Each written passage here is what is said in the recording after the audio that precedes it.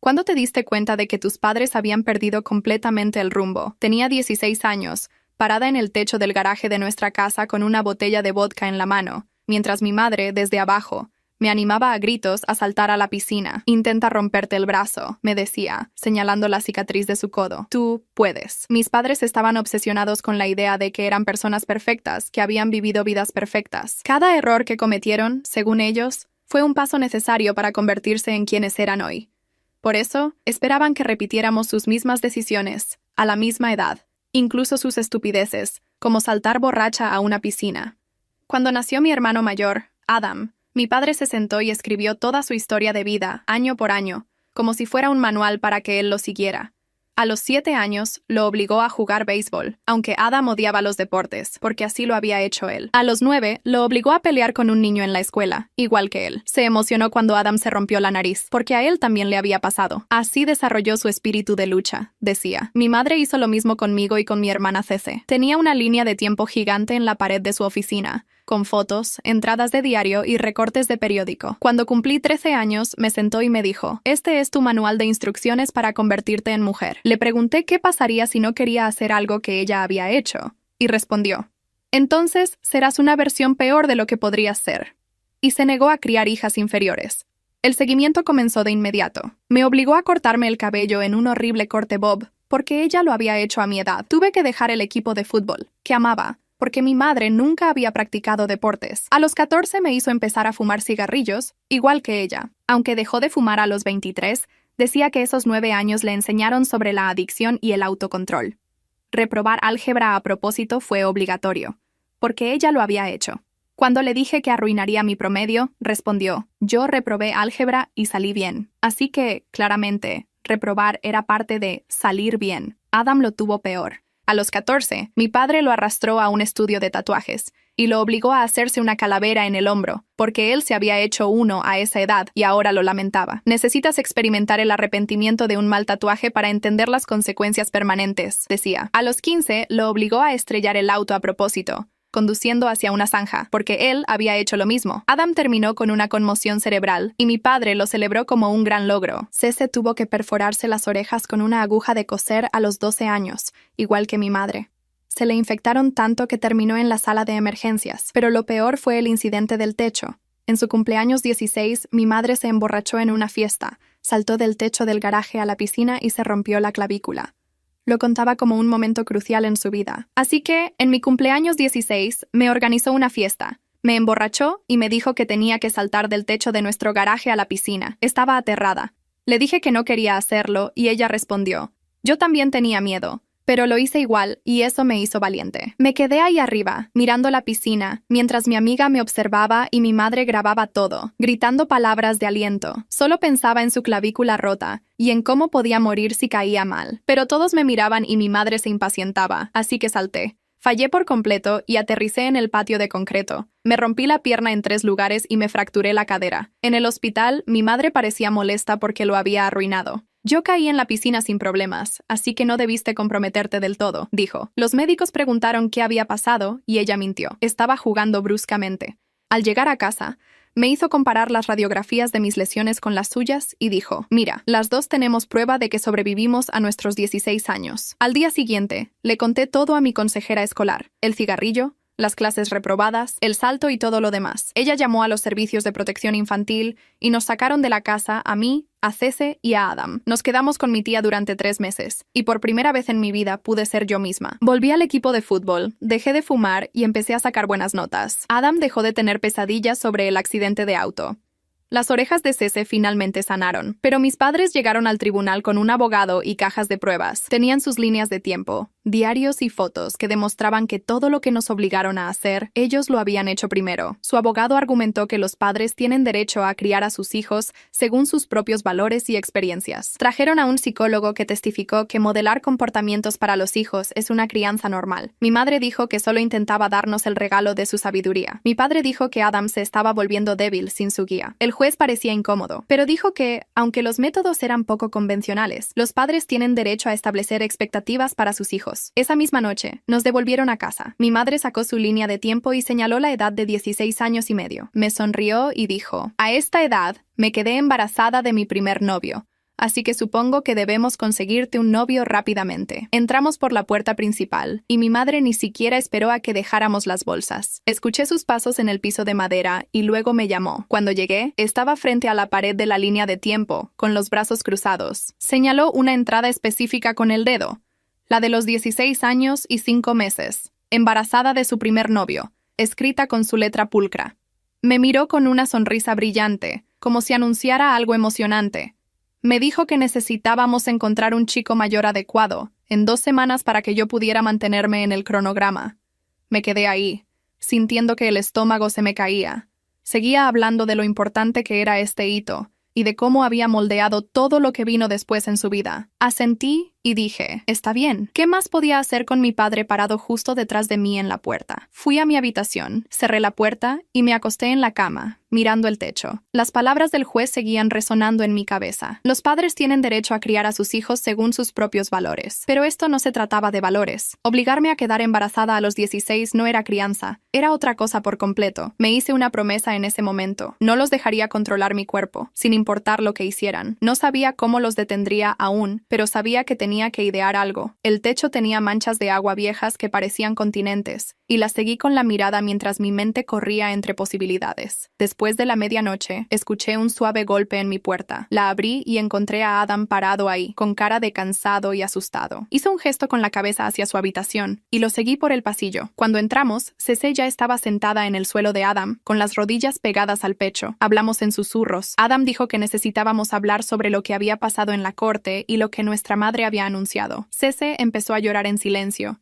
y me senté a su lado, poniendo mi brazo alrededor de sus hombros. Adam dijo que no podíamos hacer más cosas peligrosas como el salto del techo o el accidente de auto. Todos estuvimos de acuerdo en eso. Luego sugirió que averiguáramos cuáles eran los próximos requisitos del cronograma para saber a qué atenernos. Saqué mi teléfono y empezamos a hacer una lista de las cosas que recordábamos de los cronogramas de nuestros padres. Era una lista larga. Cuando terminamos, ya eran casi las 2:00 de la mañana, y estábamos exhaustos y asustados. A la mañana siguiente, en el desayuno, mi madre ya estaba sentada a la mesa cuando bajé. Tenía su café y un paquete de cigarrillos al lado de su plato. En cuanto me senté, deslizó un cigarrillo hacia mí a través de la mesa. Lo miré y negué con la cabeza. Le dije que estaba intentando dejar de fumar. Su cara cambió y adquirió una expresión tensa alrededor de la boca. Dijo que necesitaba volver a aprender disciplina, que su cronograma no era opcional y que lo había entendido antes de ir a la corte. Empujó el cigarrillo más cerca de mi plato y esperó. Podía sentir a mi padre observando desde la puerta de la cocina. Tomé el cigarrillo y lo puse en mi bolsillo, y le dije que lo fumaría después. No parecía feliz con eso, pero lo dejó pasar. En la escuela, iba camino a mi casillero cuando mi consejera, Puja Moss, apareció en el pasillo. Tocó mi brazo suavemente y preguntó cómo habían salido las cosas en la corte. Por su cara, supe que ya sabía que no había ido bien. Nos quedamos ahí, junto a los casilleros, mientras los demás estudiantes pasaban corriendo a clase. Empecé a explicarle sobre volver a casa y que mi madre anunció de inmediato el cronograma del embarazo. Vi cómo el rostro de Puja palidecía y su mano se apretaba alrededor de la carpeta que llevaba. Me pidió que fuera a su oficina durante el almuerzo para darle detalles específicos que pudiera anotar. Dijo que necesitaba fechas y palabras exactas si las recordaba. Le dije que estaría ahí. Apretó mi hombro y se alejó rápidamente hacia la oficina de consejería. Esa tarde, estaba en mi habitación haciendo la tarea cuando escuché que sonó el teléfono de la casa abajo. Escuché a mi padre responder. Hubo una larga pausa y luego su voz se volvió fuerte. Me acerqué sigilosamente a la parte superior de las escaleras para escuchar. Solo podía escuchar el lado de mi padre, pero supe que era mi tía Claire. Dijo algo sobre dejar de interferir con la familia. Luego lo repitió más fuerte. Luego colgó a mitad de la frase mientras ella seguía hablando. Escuché que caminaba por la sala, y hubo un sonido de tirón. Luego el teléfono se desconectó de la pared. Escuché que se abrió y cerró un cajón. Volví a mi habitación antes de que me pillara escuchando. Al día siguiente, después de la escuela, tomé el autobús a un barrio diferente y encontré una tienda de productos naturales. Caminé mirando vitaminas y proteína en polvo hasta estar segura de que nadie me observaba. Luego, encontré la sección con cigarrillos de hierbas que parecen reales pero no tienen tabaco. Compré 3 paquetes con el dinero que había ahorrado de mi cumpleaños. La cajera no hizo preguntas. Cuando llegué a casa, puse los de hierbas en mi mochila y escondí los paquetes reales que mi madre seguía dándome al fondo de mi armario, detrás de unos zapatos viejos. Así, Cece no los encontraría y intentaría fumarlos. Cuando mi madre me veía fumar, Podía usar los falsos y no notaría la diferencia. 2 días después, mi madre me llamó a su oficina después de la cena. Me dijo que me parara frente a la pared del cronograma.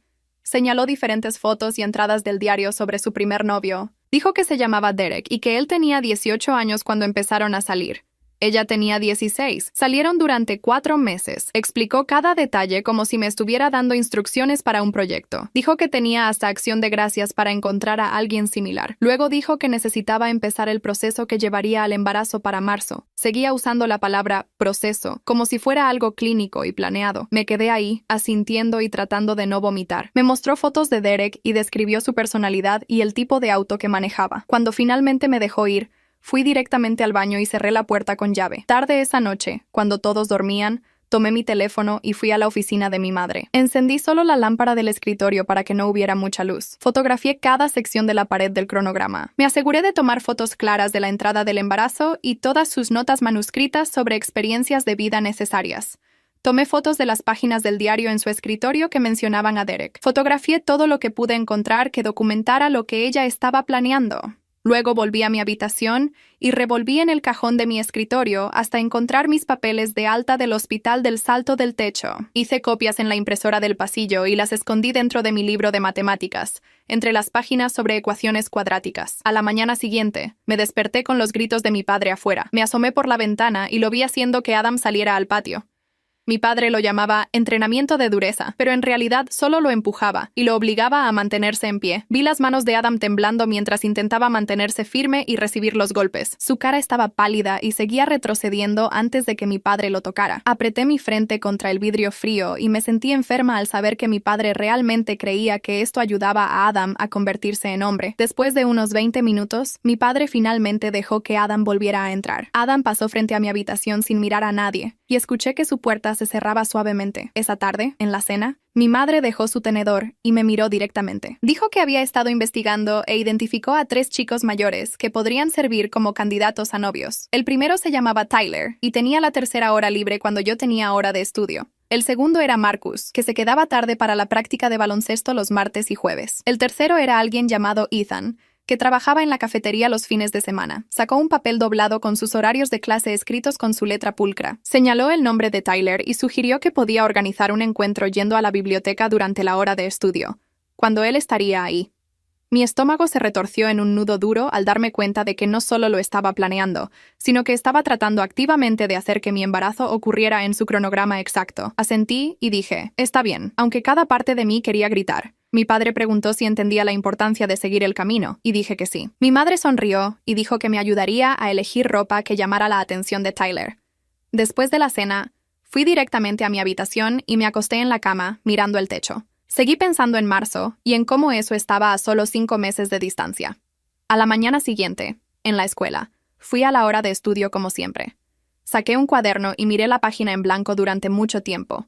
Luego empecé a escribir todo lo que realmente quería para mí. Escribí fútbol en la parte superior porque era lo que más extrañaba. Luego escribí matemáticas y ciencias, porque solía ser buena en eso antes de que mi madre me hiciera reprobar álgebra. Escribí tal vez la universidad, aunque no sabía qué estudiaría. Escribí definitivamente no un bebé a los 16 en letras mayúsculas. Escribí quiero elegir mi propia vida. Al final, miré la lista y sentí que algo se abría en mi pecho. Arranqué la página con cuidado y la doblé en un pequeño cuadrado. Luego caminé hasta el fondo de la biblioteca, donde nadie iba nunca. Encontré un libro grueso sobre la antigua Roma en el estante de abajo y deslicé mi papel doblado entre 2 páginas al azar. Se sentía como dejar prueba de que la verdadera yo existía en algún lugar, incluso si nadie podía verme en casa. Después de la escuela, iba camino al autobús cuando alguien llamó mi nombre. Me di la vuelta y vi a Puja parada junto a la puerta de la oficina de consejería. Me hizo señas para que me acercara y la seguí adentro. Cerró la puerta y se sentó en su escritorio. Dijo que había estado pensando mucho en mi situación, que quería establecer un sistema para que pudiera hablar con ella en cualquier momento sin que mis padres lo supieran. Sacó un montón de pase de pasillo y explicó que había creado sesiones de tutoría y grupos de estudio falsos como excusas. Si necesitaba verla, Solo tenía que usar uno de los pases y venir a su oficina. Prometió que todo lo que le dijera se mantendría privado, a menos que hubiera un peligro inmediato. Pregunté qué contaba como peligro inmediato, y dijo cualquier cosa que involucrara daño para mí o mis hermanos. Le agradecí y tomé 3 de los pases de pasillo para guardar en mi mochila. El sábado por la mañana, mi madre entró temprano a mi habitación. Me dijo que me levantara porque íbamos a la cafetería cerca de la escuela. Pregunté por qué y dijo que había organizado que, accidentalmente, me encontrara con Ethan. Colocó un conjunto de ropa en mi cama, un suéter azul y unos jeans que, según ella, se veían accesibles. Me dijo que tuviera la mente abierta y recordara que esto se trataba de seguir el camino que la había convertido en quien es hoy. Me vestí lentamente y la seguí al auto. En la cafetería, me hizo entrar sola mientras ella esperaba afuera. Pedí una bebida y me senté en una mesa, tratando de verme normal. Un chico con delantal se acercó a limpiar la mesa de al lado. Mi madre me había mostrado su foto, así que supe que era Ethan. Sonrió y dijo, «Hola». Yo respondí, «Hola». Preguntó si iba a la preparatoria y dije que sí. Luego su gerente lo llamó de vuelta a la barra y se fue. Me quedé sentada otros 20 minutos y luego volví al auto. Mi madre preguntó cómo había ido y dije que bien. Parecía satisfecha. El lunes por la mañana, fui directamente a la oficina de Puja antes de la primera clase. Usé uno de los pases de pasillo, aunque aún no lo necesitaba. Me dejó entrar y me senté en la silla frente a su escritorio. Le conté todo sobre el cronograma del embarazo. Le expliqué la fecha límite específica de marzo y cómo mi madre estaba tratando activamente de emparejarme con chicos mayores. Le mostré el papel con sus horarios que mi madre había hecho. La cara de Puja se puso muy seria. Sacó un bloc de notas legales amarillo y empezó a escribir todo con fechas y horas. Me pidió que repitiera ciertas partes para asegurarse de tener los detalles correctos. Luego dejó su pluma y me miró. Dijo que tenía que reportar esto porque lo que mi madre estaba planeando contaba como coerción sexual de una menor. Sentí una pequeña chispa de esperanza mezclada con miedo por lo que pasaría cuando mis padres se enteraran. Esa misma tarde estaba en la oficina de Puja nuevamente. Tenía su teléfono en altavoz y hablaba con alguien llamado Dean. Reconocí su voz de cuando CPS vino a nuestra casa antes. Puja explicó los nuevos desarrollos y leyó de sus notas sobre el cronograma del embarazo y los emparejamientos. La voz de Dean sonaba cansada, pero dijo que el caso aún estaba técnicamente abierto para monitoreo. Dijo que esta información significaba que necesitaba programar otra visita a casa. Preguntó si el viernes funcionaría y Puja dijo que sí. Después de colgar, pregunté si mis padres sabrían que yo lo había dicho. Dijo que sabrían que alguien había reportado nuevas preocupaciones, pero no necesariamente quién. 2 días después, el teléfono de la casa sonó durante la cena. Mi padre respondió y su cara se puso tensa. Escuchó durante unos 30 segundos y luego dijo que el viernes estaría bien. Después de colgar, nos dijo que Dean venía para una visita de seguimiento. Mi madre se levantó de inmediato y empezó a recoger los platos, aunque no habíamos terminado de comer. Pasó los siguientes 2 días limpiando todo. Me hizo quitar el polvo de su oficina, incluyendo la pared del cronograma. Hizo que Adam organizara el garaje. Hizo que Cece limpiara su habitación hasta que pareciera que nadie vivía ahí. El jueves por la noche, mi padre nos sentó a todos en la sala. Nos hizo ensayar lo que diríamos cuando Dean viniera. Tuvimos que practicar decir que estábamos felices de estar en casa. Tuvimos que practicar decir que estábamos aprendiendo mucho de su guía. Tuvimos que practicar sonreír y actuar normal. El jueves por la mañana, antes de la escuela, hice algo arriesgado. Fui a la oficina de mi madre y la encontré sentada en su escritorio. Le pedí que me explicara el cronograma del embarazo una vez más porque quería asegurarme de entenderlo correctamente. Pareció complacida de que lo tomara en serio. Habló durante casi 10 minutos sobre cómo quedar embarazada a los 16 años, y medio le enseñó responsabilidad y propósito. Dijo que la obligó a crecer y convertirse en la mujer que estaba destinada a ser. Todo el tiempo que hablaba, tenía mi teléfono en el bolsillo grabando todo. Nunca se dio cuenta. Después de que terminó, le agradecí y fui a la escuela. En el baño, guardé el archivo de audio en 3 lugares diferentes: mi teléfono, mi correo electrónico y una aplicación de almacenamiento en la nube que descargué. Ese mismo día pasó algo más. No lo supe hasta después, pero mi tía Claire fue al juzgado. Presentó documentos solicitando la tutela temporal de los 3. Un juez revisó su solicitud y asignó a alguien llamado guardian ad litem para investigar. La persona se llamaba Rowan Benedict. Su trabajo era representar nuestros intereses y descubrir qué era realmente mejor para nosotros. Dean llamó a Puja esa tarde para contárselo. Dijo que era un desarrollo positivo porque significaba que nuestras voces serían escuchadas por separado de las de nuestros padres. El viernes durante el almuerzo, mi teléfono sonó con un número que no reconocía. Casi no contesté, pero algo me hizo responder. Una voz de mujer dijo, «Hola», y preguntó si era yo. Dije que sí. Se presentó como Rowan Benedict, y dijo que Puja le había dado mi número. Explicó que era una guardian ad litem, lo que significaba que su trabajo era descubrir qué era mejor para mí y mis hermanos. Dijo que tendría la oportunidad de hablar con un juez en privado sobre lo que quería que pasara. Preguntó si tenía tiempo para hablar y dije que sí, aunque el almuerzo casi terminaba. Me hizo preguntas básicas sobre la escuela, el hogar y cómo estaba. Di respuestas cortas porque otros estudiantes estaban alrededor. Dijo que volvería a llamar pronto y que tendríamos una conversación más larga. Después de colgar, me quedé ahí, sosteniendo mi teléfono y sintiendo que tal vez las cosas finalmente empezaban a moverse en una dirección que no involucraba seguir el cronograma de mi madre. Esa tarde, mi madre tocó la puerta de mi habitación y me dijo que fuera a la sala para lo que llamó una charla de salud. Me senté en el sofá mientras ella sacaba un cuaderno y lo abría en una página con fechas y números escritos por todas partes. Explicó que a los 16 años había llevado un registro muy cuidadoso de su ciclo menstrual, porque entender la fertilidad era importante para las mujeres. Me preguntó cuándo había empezado mi último periodo y cuánto solían durar mis ciclos. Di respuestas vagas, como hace unas 3 semanas y bastante regulares. Mientras escribía todo, me preguntó si experimentaba cólicos, qué tan abundante era mi flujo y si había notado algún cambio en el último año. Cada pregunta se sentía como si estuviera mapeando mi cuerpo sin permiso. Dijo que quería que empezara a llevar un registro de mi ciclo en un diario, igual que ella, porque me ayudaría a entender mi ventana de fertilidad. Asentí y dije, ok, aunque no tenía intención de darle esa información. Habló durante casi 20 minutos sobre la ovulación, el tiempo, y cómo se quedó embarazada de Adam porque entendía su cuerpo. Todo el tiempo tomé notas mentales de cada cosa invasiva que decía para contárselo a Puja después. Cuando finalmente terminó, me palmoteó la mano y dijo que ahora tendríamos estas charlas regularmente, ya que estaba en la edad adecuada para este tipo de guía. A la mañana siguiente, esperé a que mi madre se fuera a trabajar, y luego llamé a la oficina de mi médico desde mi celular en el baño. La recepcionista respondió, y pregunté si podía obtener copias de mis registros médicos de cuando me rompí la pierna el año pasado. Dijo que necesitaba la firma de un padre en el formulario de liberación, ya que era menor de 18 años. Le dije que era para un proyecto escolar sobre historia de salud personal, y que mi maestra necesitaba documentación de una lesión grave. Sonó escéptica, pero dijo que lo consultaría con la gerente de la oficina. Le envié un mensaje a Puja durante la primera clase y le expliqué lo que estaba intentando hacer. Respondió que tenía una cita de consejería programada conmigo para el miércoles por la tarde, y que podríamos decir que necesitaba los registros para solicitudes universitarias o algo que sonara oficial. Dijo que llamaría ella misma a la oficina del médico y lo arreglaría para que mis padres no se enteraran. Antes del almuerzo, me había enviado un mensaje diciendo que todo estaba listo y que podía recoger los registros durante nuestra cita del miércoles. El domingo por la noche, estaba en mi habitación haciendo la tarea cuando escuché que mi padre llamaba a Adam abajo. Me acerqué sigilosamente a la parte superior de las escaleras y escuché.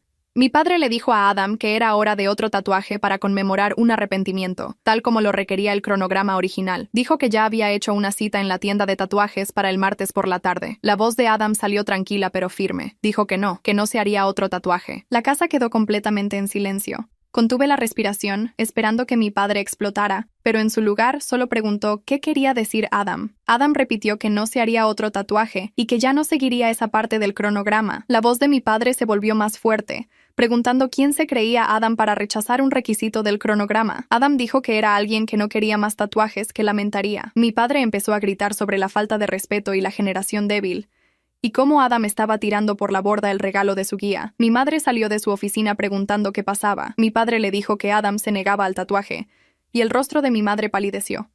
Le preguntó a Adam si entendía lo que esto significaba, y Adam solo asintió. Mi padre salió furioso por la puerta principal, y escuchamos que su auto arrancaba y se alejaba a toda velocidad. Después de que mi padre se fue, fui a la habitación de Adam y encontré a Cisse ya sentada en el suelo.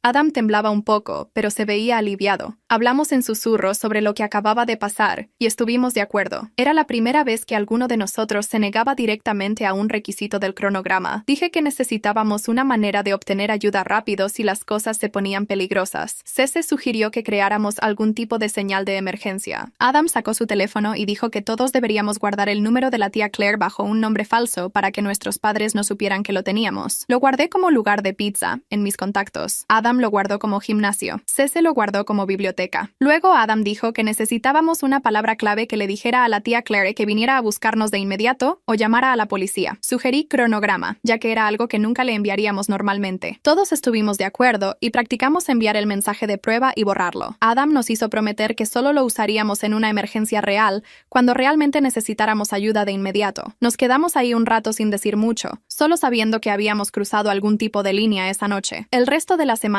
pasó en un silencio intenso. Mi padre apenas le hablaba a Adam. Mi madre seguía dándome miradas significativas, como si estuviera decepcionada de que no hubiera defendido el sistema del cronograma. El viernes por la tarde, llegó Dean para la visita programada a casa. Mis padres se transformaron instantáneamente en anfitriones encantadores. Mi madre hizo té y sacó galletas. Se sentó con Dean en la mesa del comedor y explicó su filosofía de crianza como enseñanza experiencial, donde los niños aprenden viviendo las mismas experiencias formativas que sus padres sobrevivieron. Lo hizo sonar razonable y reflexivo. Mi padre habló sobre lo importante que es transmitir la sabiduría a través de experiencias compartidas en lugar de solo charlas. Dean asintió y tomó notas sin mostrar lo que pensaba. Nos hizo algunas preguntas sobre la escuela y las actividades. Todos dimos las respuestas ensayadas sobre estar felices de estar en casa y aprender mucho. Dean se quedó casi una hora haciendo preguntas amables y observando cómo interactuábamos. Cuando se fue, agradeció a mis padres por su tiempo y dijo que presentaría su informe en unos días. Después de que el auto de Dean se alejó, el rostro de mi padre cambió. Dijo que no habíamos estado lo suficientemente entusiastas durante la visita y que necesitábamos recordar que CPS estaba buscando razones para interferir. Como castigo, nos asignó tareas del cronograma. Adam tuvo que limpiar el garaje y organizar el viejo equipo de béisbol de mi padre. Cece tuvo que revisar las joyas de mi madre y pulir todo. Yo tuve que reorganizar la oficina de mi madre, incluyendo quitar el polvo de la pared del cronograma. Subí con un paño y pulidor para muebles. La pared del cronograma ocupaba toda la pared trasera de la oficina, con fotos, entradas de diario y recortes de periódico organizados por año. Mientras quitaba el polvo de cada sección, tomé fotos con mi teléfono, asegurándome de capturar la entrada del embarazo y las entradas sobre el salto del techo y los cigarrillos. El diario de mi madre de cuando tenía 16 años estaba en el escritorio. Lo hojeé y encontré páginas donde había escrito sobre quedarse embarazada y lo asustada que estaba, pero también cómo le dio propósito. Tomé fotos de esas páginas también. Anoté citas en la aplicación de notas de mi teléfono, como quedar embarazada a los 16 años y medio fue lo que me hizo. Y Derek no se quedó, pero la experiencia me enseñó todo sobre el sacrificio. Me aseguré de dejar todo exactamente como lo encontré, para que no supiera que había estado documentando. El lunes por la mañana, fui directamente a la oficina de Puja antes de la primera clase. Cerró la puerta y sacó un formulario oficial con el membrete de la escuela. Dijo que estaba completando una declaración de informante obligatorio, enfocándose específicamente en el riesgo de coerción sexual del cronograma del embarazo. Me pidió que confirmara los detalles sobre la fecha límite de mi madre y su emparejamiento activo. Le conté todo, incluyendo la cita de café que mi madre intentó organizar y la charla de salud sobre fertilidad. Puja lo escribió todo con fechas y horas exactas. Cuando terminó, hizo 2 copias. Me dio una y me dijo que la guardara en un lugar seguro, donde mis padres no la encontrarían. Dijo que estaba guardando el original en un gabinete con llave en la oficina de consejería. Explicó que esta declaración iría a CPS y a Rowan, y que sería parte del registro oficial sobre lo que estaba pasando en nuestra casa. Esa misma semana, la tía Claire también estaba trabajando en algo, aunque no supe todos los detalles hasta después. Pasó días revisando papeles y archivos de cuando nos quedamos con ella. Encontró el boletín de Adam de esos 3 meses, mostrando que sus calificaciones habían mejorado en todas las materias. Encontró la lista del equipo de fútbol que probaba que me había reincorporado. Reunió registros médicos de las citas de seguimiento de CC, mostrando que sus infecciones de oído se habían curado completamente después de dejar la casa de nuestros padres. Escribió una declaración describiendo nuestras rutinas diarias en su casa y cómo habíamos prosperado con reglas normales y libertad para tomar nuestras propias decisiones. Envió todo a Rowan como evidencia de que nos iba mejor fuera del control de nuestros padres. El martes siguiente, Rowan llamó y preguntó si podía entrevistarme en privado en la escuela. Puja arregló para que usáramos un aula vacía durante mi hora libre. Rowan se sentó frente a mí en un pupitre de estudiante y dijo que quería escuchar todo con mis propias palabras. Saqué mi teléfono y reproduje la grabación de audio de mi madre, explicando el cronograma del embarazo. Rowan escuchó sin interrumpir. Luego le mostré las fotos de la pared del cronograma con la entrada del embarazo claramente visible. Le mostré las fotos de las entradas del diario de mi madre. Saqué los papeles de alta del hospital del salto del techo, que mostraban que me había roto la pierna en 3 lugares y fracturado la cadera. Rowan miró todo cuidadosamente y hizo preguntas sobre fechas, quién estaba presente y exactamente qué se dijo. Nunca se vio conmocionada u horrorizada, solo enfocada y profesional. Tomó notas y hizo copias de todo lo que le mostré. Cuando terminamos, me agradeció por ser tan minuciosa con la documentación y dijo que todo esto sería muy importante para que el juez lo viera. El miércoles por la tarde, mi madre me llamó a la sala, donde estaba sentada con su planificador. Dijo que había organizado para que tomara café con el chico mayor el sábado por la tarde a las 2:00. Ya le había enviado un mensaje a su madre para concretarlo. Sentí que el estómago se me caía, pero mantuve la voz tranquila. Le dije que tenía demasiada tarea este fin de semana y que mis piernas aún me dolían por la lesión antigua cuando caminaba demasiado. Se molestó y dijo que estaba poniendo excusas. Dije que realmente no podía hacerlo este fin de semana y pregunté si podíamos posponerlo. Me miró fijamente durante un largo momento. Finalmente, suspiró y dijo, bien, lo reprogramaríamos para el próximo fin de semana, pero que necesitaba tomarme esto en serio porque el cronograma no se seguiría solo. El jueves después de la escuela, Puja me llevó a una clínica de salud en un pueblo cercano, donde nadie conocía a mi familia. El edificio era pequeño y sencillo, con un estacionamiento medio vacío. Entramos juntas y Puja esperó en el vestíbulo mientras yo llenaba formularios usando un nombre falso para mi contacto de emergencia. La enfermera que me llamó tenía el cabello gris y ojos amables, y no preguntó por qué estaba sola, solo explicó las diferentes opciones de control natal, y preguntó cuál quería. Elegí las pastillas porque eran las más fáciles de esconder. Me dio una bolsa de papel pequeña con 3 meses de suministro, y un folleto sobre tomarlas a la misma hora todos los días. Le agradecí y me fui, y Puja me llevó a casa sin hacer preguntas. Esa noche, escondí las pastillas dentro de una caja vieja de tampones en mi baño, donde mi madre nunca miraría. El viernes por la tarde, mi padre entró a mi habitación y empezó a revisar mi mochila buscando su cargador de teléfono. Lo vi sacar carpetas y cuadernos. Luego se detuvo y sostuvo el folleto de la clínica que había olvidado tirar. Lo miró y luego a mí, con una expresión en su rostro. Le dije que era para un proyecto de clase de salud sobre educación reproductiva y que teníamos que visitar diferentes instalaciones médicas para aprender sobre los servicios. Seguía mirando el folleto y podía ver que no me creía del todo, pero no podía probar nada. Finalmente, lo puso de vuelta en mi bolsa y se fue sin decir nada más.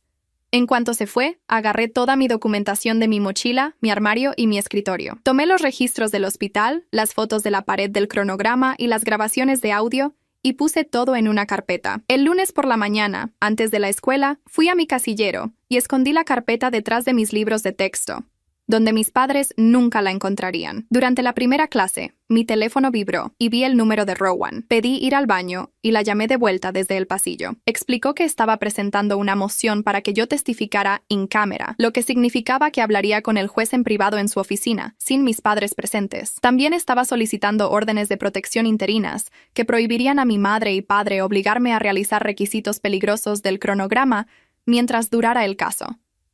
Dijo que la audiencia probablemente se programaría en 2 semanas y que necesitaba seguir documentando todo. Esa tarde, mi padre le dijo a Adam que manejara hasta la tienda a comprar víveres. El rostro de Adam se puso blanco y empezó a respirar muy rápido, como si no pudiera obtener suficiente aire. Sus manos temblaban tanto que dejó caer las llaves del auto en el suelo. Mi padre le gritó que las recogiera, y Adam solo se quedó ahí respirando cada vez más rápido, con todo su cuerpo temblando. Saqué mi teléfono y empecé a cronometrarlo mientras anotaba todo lo que veía. El episodio duró 4 minutos, antes de que Adam finalmente se calmara lo suficiente, como para decir que no podía manejar. Mi padre se enojó y se fue a la tienda él mismo. Guardé mis notas con la hora y la fecha, para que hubiera un registro de cómo el accidente de auto forzado aún afectaba a Adam. El martes por la mañana, mi madre me atrapó afuera sin un cigarrillo. Me hizo volver adentro y me sentó en la mesa de la cocina mientras ella se paraba sobre mí. Sacó uno de sus paquetes de cigarrillos reales y puso uno frente a mí, y me dijo que lo fumara. Ahí mismo. Lo encendí y di unas caladas mientras ella miraba, y luego finalmente se fue. En cuanto se fue, salí afuera y cambié a mis cigarrillos de hierbas por el resto del día. Guardé el paquete real que me había dado en mi habitación para que Cece no lo encontrara y intentara fumarlo. El miércoles por la tarde, estaba haciendo la tarea cuando vi a mi madre publicando en las redes sociales. Había subido fotos de nuestra familia haciendo actividades juntas, con un largo pie de fotos sobre tradiciones orgullosas y enseñar a los niños a través de la experiencia. Capturé todo en pantallazos, incluyendo las marcas de tiempo, y todos los comentarios de sus amigos, diciendo qué maravillosa era nuestra familia. Envié los pantallazos a Puja, quien dijo que los reenviaría a Rowan y Dean. El jueves por la tarde, mi teléfono sonó y era Rowan, quien llamó para decir que había presentado su moción esa mañana.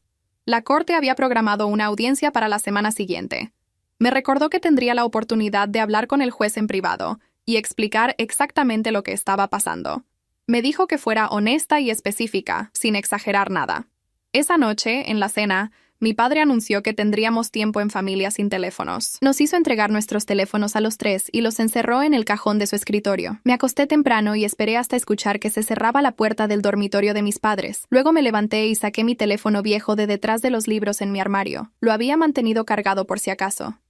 Envié un mensaje a la tía Claire y a Puja diciendo que estaba bien, pero que la comunicación podría ser difícil por un tiempo. El viernes por la mañana, alguien envió un consejo anónimo a la línea directa de CPS con un clip de mi grabación de audio adjunto. No sabía quién lo había hecho, pero me alegraba que alguien lo hubiera hecho. Esa tarde, Dean llamó a la casa y escuché a mi padre responder. Dean dijo que haría una visita no anunciada al día siguiente. El rostro de mi padre se puso tenso, y mi madre se veía preocupada cuando se lo dijo. Podía decir que estaban asustados por lo que Dean podría encontrar. El sábado por la tarde, sonó el timbre y Dean estaba parado en nuestro porche sin previo aviso.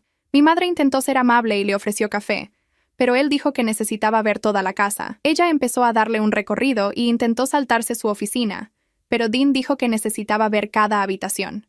Entró a su oficina y se detuvo frente a la pared del cronograma. Se quedó ahí durante mucho tiempo, leyendo todas las entradas con sus fechas y descripciones. Mi madre habló rápido, explicando que era solo historia familiar y tradición, y una forma de preservar recuerdos. Dean no dijo nada, solo siguió leyendo y tomando notas, y vi cómo su rostro se ponía más serio a medida que avanzaba por la pared. Tomó notas durante 15 minutos seguidos sin decir nada. Luego pidió tomar fotos de la pared, y mi madre no podía decir que no realmente. Fotografió cada sección, hizo zoom en la entrada del embarazo, y tomó fotos de sus notas manuscritas sobre experiencias de vida necesarias. Mi madre siguió hablando más rápido, intentando explicar que era solo tradición familiar y una forma de transmitir sabiduría. Pero el rostro de Dean se mantuvo serio y profesional. Le agradeció por el recorrido y dijo que estaría en contacto. Luego se fue sin el café que ella había ofrecido. Después de que se fue, mi madre fue directamente a su oficina y cerró la puerta. Y la escuché por teléfono con su abogado, hablando en voz baja y preocupada. El lunes por la mañana siguiente, mi padre despertó a Adam temprano y le dijo que era hora de practicar pelea. Adam intentó decir que tenía tarea, pero mi padre lo arrastró afuera al patio, donde ya esperaba un niño del vecindario. Vi desde mi ventana cómo mi padre los hacía pelear, empujando a Adam con más fuerza cada vez que intentaba retroceder. El niño del vecindario le dio puñetazos en las costillas a Adam y mi padre seguía gritándole que golpeara de vuelta, que mostrara espíritu, que recordara que esto construía carácter. El rostro de Adam estaba rojo y respiraba con dificultad, pero mi padre no lo dejaba parar. Después de 20 minutos, mi padre finalmente dijo que era suficiente y Adam entró, sosteniéndose el costado. Al día siguiente en la escuela, vi moretones por todas sus costillas y brazos durante la clase de gimnasia. Durante mi sesión de consejería con Puja, le conté lo que había pasado y preguntó si Adam dejaría que le tomara fotos. Le envié un mensaje y vino a su oficina durante su hora libre. Puja documentó cada moretón con su teléfono, asegurándose de obtener tomas claras que mostraron la extensión del daño. Agregó las fotos a un archivo en su computadora etiquetado con nuestro apellido y la fecha actual. El martes, durante el almuerzo, me senté en la biblioteca con un cuaderno y escribí todo lo que había pasado desde que nos devolvieron a casa. Describí el cronograma del embarazo, los cigarrillos, la práctica de pelea, todo con detalles específicos, fechas y horas. Al final, escribí que si algo me pasaba, quería vivir con la tía Claire, y anoté su nombre completo y número de teléfono. Sellé la carta en un sobre y escribí, abrir si algo me pasa, en letras grandes en el frente. Después del almuerzo, fui a la oficina de Puja y le entregué el sobre. Leyó lo que había escrito en el frente, y su expresión se puso triste pero decidida. Prometió guardarlo a salvo, y lo encerró en su archivador, justo al lado de la carpeta con las fotos de los moretones de Adam y toda la otra documentación que había estado recolectando. El miércoles por la tarde, la tía Claire condujo para encontrarse con Dean en su oficina. Llevó una carpeta con fotos de su casa, copias de su horario de trabajo y un plan escrito sobre cómo supervisaría a los 3. Dean revisó todo mientras ella explicaba que tenía un dormitorio de repuesto que podíamos usar, que vivía en el mismo distrito escolar, así que no tendríamos que cambiar de escuela, y que sus reglas se basaban en seguridad y respeto. En lugar de obligarnos a copiar la vida de alguien más, le mostró a Dean el boletín mejorado de Adam de cuando nos quedamos con ella antes, la lista de mi equipo de fútbol, probando que me había reincorporado, y registros médicos mostrando que las infecciones de oído de Sissy se habían curado completamente. Dean tomó copias de todo y dijo que lo incluiría todo en su próximo informe a la corte. La tía Claire preguntó qué más podía hacer para ayudar, y él le dijo que lo mejor era estar disponible y seguir documentando qué tan bien nos iba cuando estábamos con ella. El jueves por la mañana, todos tuvimos que ir a la corte para mediación. Nos sentamos en una sala de conferencias con mis padres en un lado de la mesa, y yo, Adam y Sissy en el otro. Estaba el abogado de mis padres, más Dean y Rowan. El mediador les pidió a mis padres que explicaran su enfoque de crianza, y mi madre comenzó un largo discurso sobre herencia y tradición, y cómo solo intentaban transmitir las lecciones que los hicieron quienes son. Mi padre habló sobre construir carácter a través de la experiencia y dijo: "Los niños de hoy son demasiado blandos porque los padres los protegen de todo". Luego el mediador me pidió que explicara mi perspectiva. Mantuve mi voz tranquila y objetiva, aunque mis manos temblaban debajo de la mesa. Dije que tenía miedo de cuál sería el próximo requisito del cronograma, que no quería quedar embarazada a los 16, que tenía miedo de lastimarme otra vez como cuando salté del techo. No lloré ni grité. Solo expuse los hechos tan claramente como pude. Adam habló sobre el accidente de auto y cómo aún tenía pesadillas. Cece mostró las cicatrices en sus orejas por los aretes infectados. Mis padres seguían diciendo que malinterpretábamos sus intenciones, que todo lo que requerían era algo que ellos habían sobrevivido, así que no podía ser tan peligroso. Durante un descanso, Rowan me llevó aparte a un pasillo vacío. Me contó algo que había descubierto durante su investigación, que la madre de mi madre había usado métodos de control similares con ella cuando era niña. A mi madre se le había obligado a seguir la línea de tiempo de su abuela, igual que a nosotros se nos obligaba a seguir la de mi madre. Por un segundo, sentí un destello de simpatía, entendiendo que mi madre aprendió esto de su propia infancia y probablemente pensaba que era normal. Pero luego recordé el salto del techo, los huesos rotos y la fecha límite del embarazo, y supe que esa explicación no lo hacía aceptable hacer lo mismo con nosotros. Rowan parecía leer mi rostro, porque asintió y dijo que el trauma puede transmitirse a través de generaciones, pero eso no significa que tengamos que aceptarlo o repetirlo. El viernes por la mañana fue el testimonio in camera, lo que significaba que podía hablar con el juez en privado, sin mis padres en la sala. Me senté en su oficina con solo él, Rowan y una taquígrafa que escribió todo lo que dije.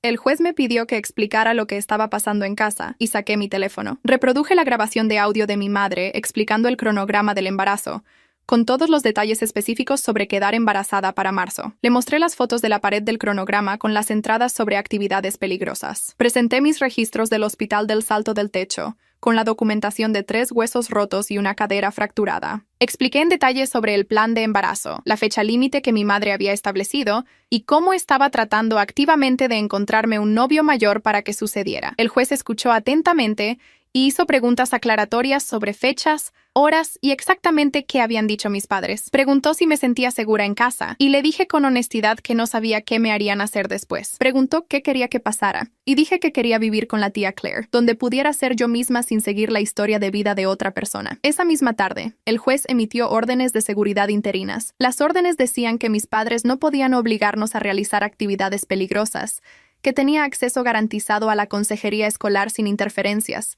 y que Dean tenía que hacer visitas de monitoreo semanales para asegurarse de que estuviéramos bien. Las órdenes no nos sacaban del hogar aún, pero creaban reglas que mis padres tenían que seguir o estarían en desacato a la corte. Rowan explicó que estas eran protecciones temporales mientras continuaba el caso, y que el juez estaba tomando la situación en serio, aunque aún no estuviera listo para cambiar la custodia. Cuando llegamos a casa esa tarde, mis padres leyeron las órdenes de la corte y sus rostros estaban tensos y enojados, pero no dijeron mucho. Mi madre puso los papeles en su escritorio y mi padre salió afuera a cortar el césped, aunque ya casi estaba oscuro. La semana siguiente, mi madre me dijo que no podía ir a la práctica de fútbol. Dijo que era castigo por mi testimonio en la corte y que necesitaba aprender que había consecuencias por ir en contra de la familia. Saqué mi teléfono y le mostré la sección de la orden de la corte que garantizaba mi acceso a las actividades escolares. La leyó 2 veces. Luego llamó a su abogado mientras yo esperaba allí. Después de una conversación de 10 minutos, colgó y me dijo que podía ir a la práctica. Agarré mi equipo y fui al campo.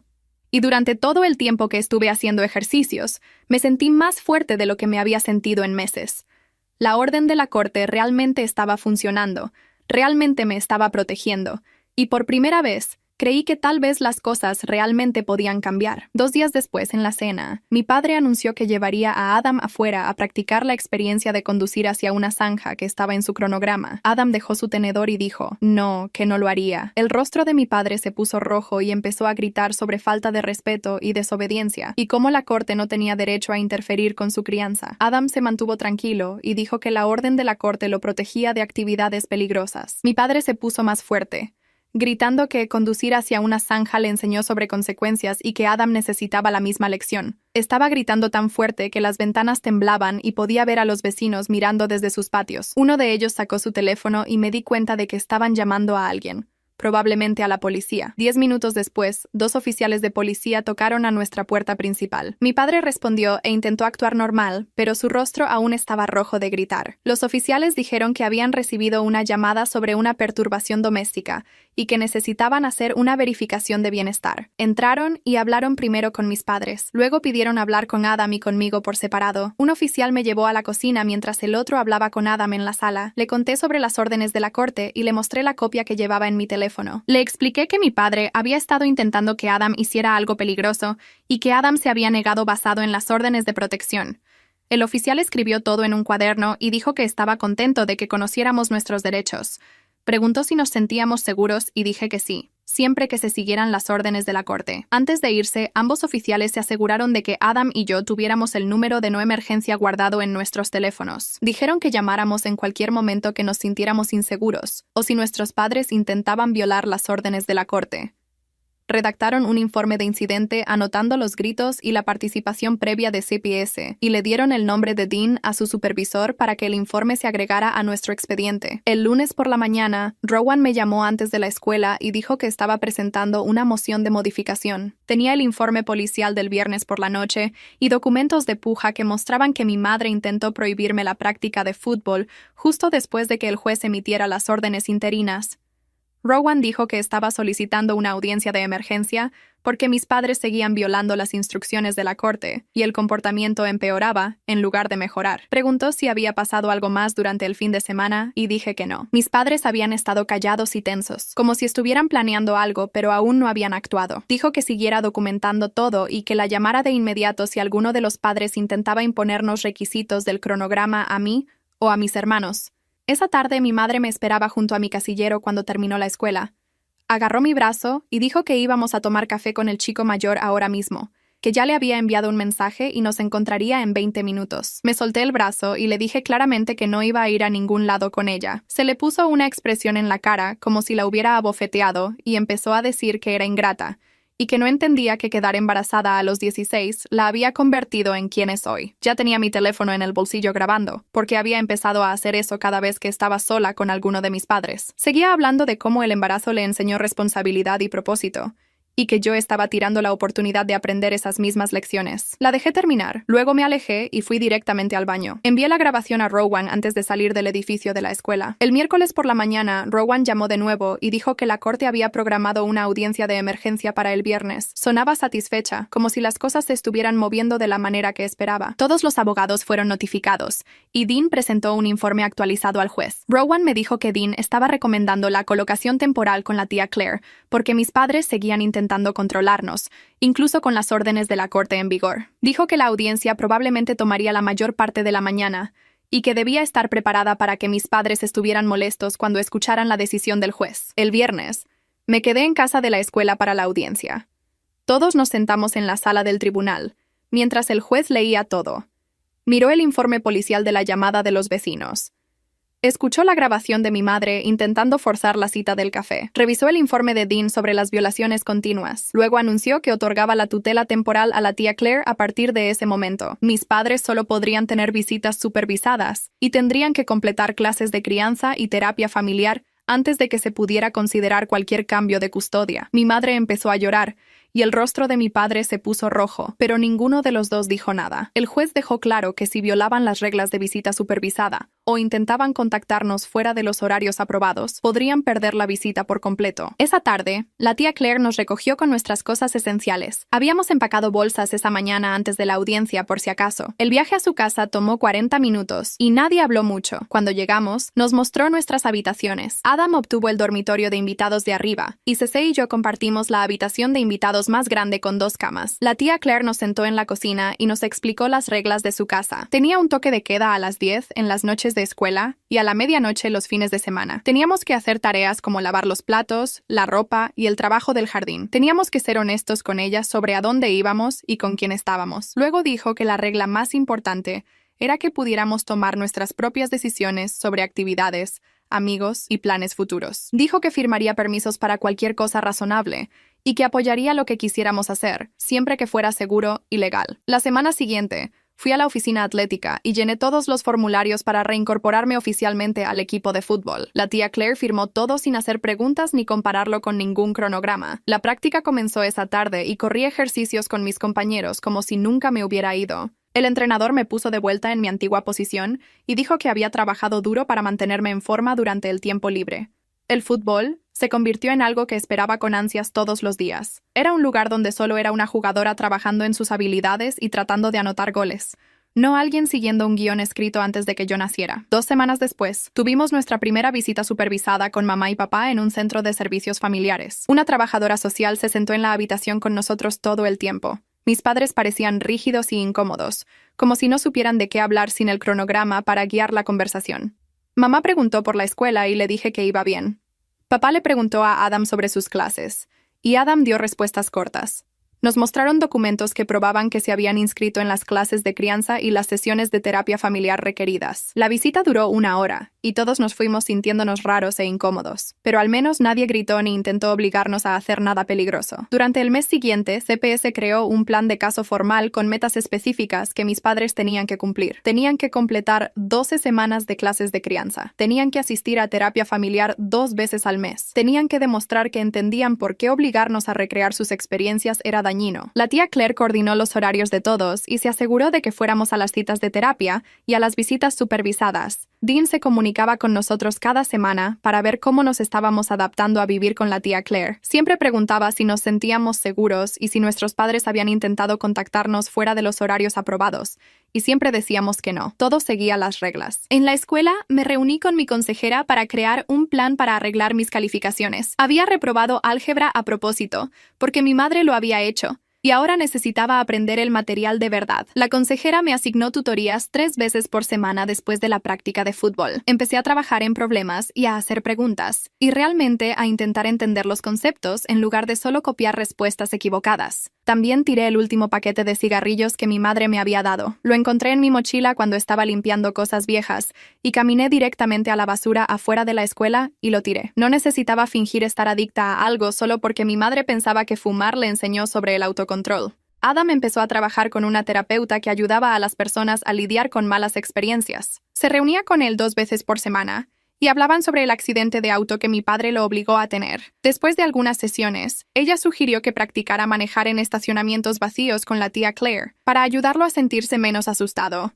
Iban al estacionamiento del centro comercial temprano en las mañanas de domingo, cuando casi no había nadie. Adam manejaba círculos lentos alrededor de los espacios vacíos, mientras la tía Claire se sentaba en el asiento del pasajero y le recordaba que estaba a salvo. Sus pesadillas sobre el accidente empezaron a ocurrir con menos frecuencia, tal vez 1 vez a la semana en lugar de todas las noches. Una tarde, me dijo que estaba empezando a pensar que tal vez algún día realmente estaría bien, que quizá el accidente no tenía que definir el resto de su vida. 1 semana después, la tía Claire llevó a Cece a un lugar de perforaciones profesional al otro lado de la ciudad.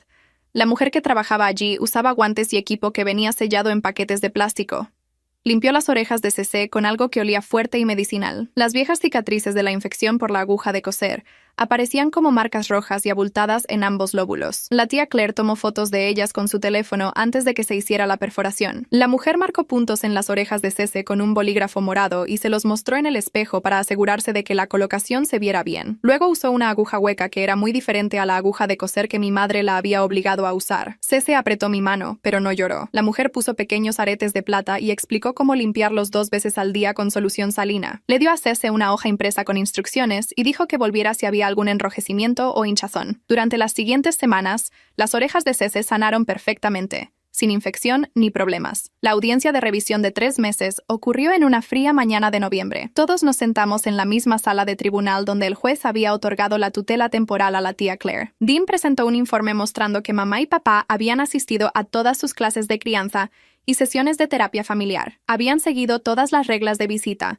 y no habían intentado contactarnos fuera de los horarios aprobados. El juez leyó los documentos y nos miró sentados en la primera fila. Dijo que la tutela continuaría con la tía Claire por 12 meses. Señaló que nuestros padres estaban progresando y mantuvo las visitas supervisadas en el mismo horario. Dijo que si mamá y papá completaban el programa completo con éxito, podría haber una posibilidad de aumentar el contacto más adelante.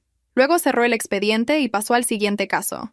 Esa noche, estaba en mi habitación en la casa de la tía Claire guardando ropa limpia. Encontré un corcho vacío en la parte trasera del armario detrás de unos zapatos viejos. Lo llevé a mi escritorio y coloqué una sola foto mía en la práctica de fútbol. En la foto, estoy sonriendo, cubierta de barro, y me veo completamente como yo misma. Miré todo el espacio en blanco alrededor de esa foto, sabiendo que lo que viniera después sería mi elección, mi cronograma, mi vida.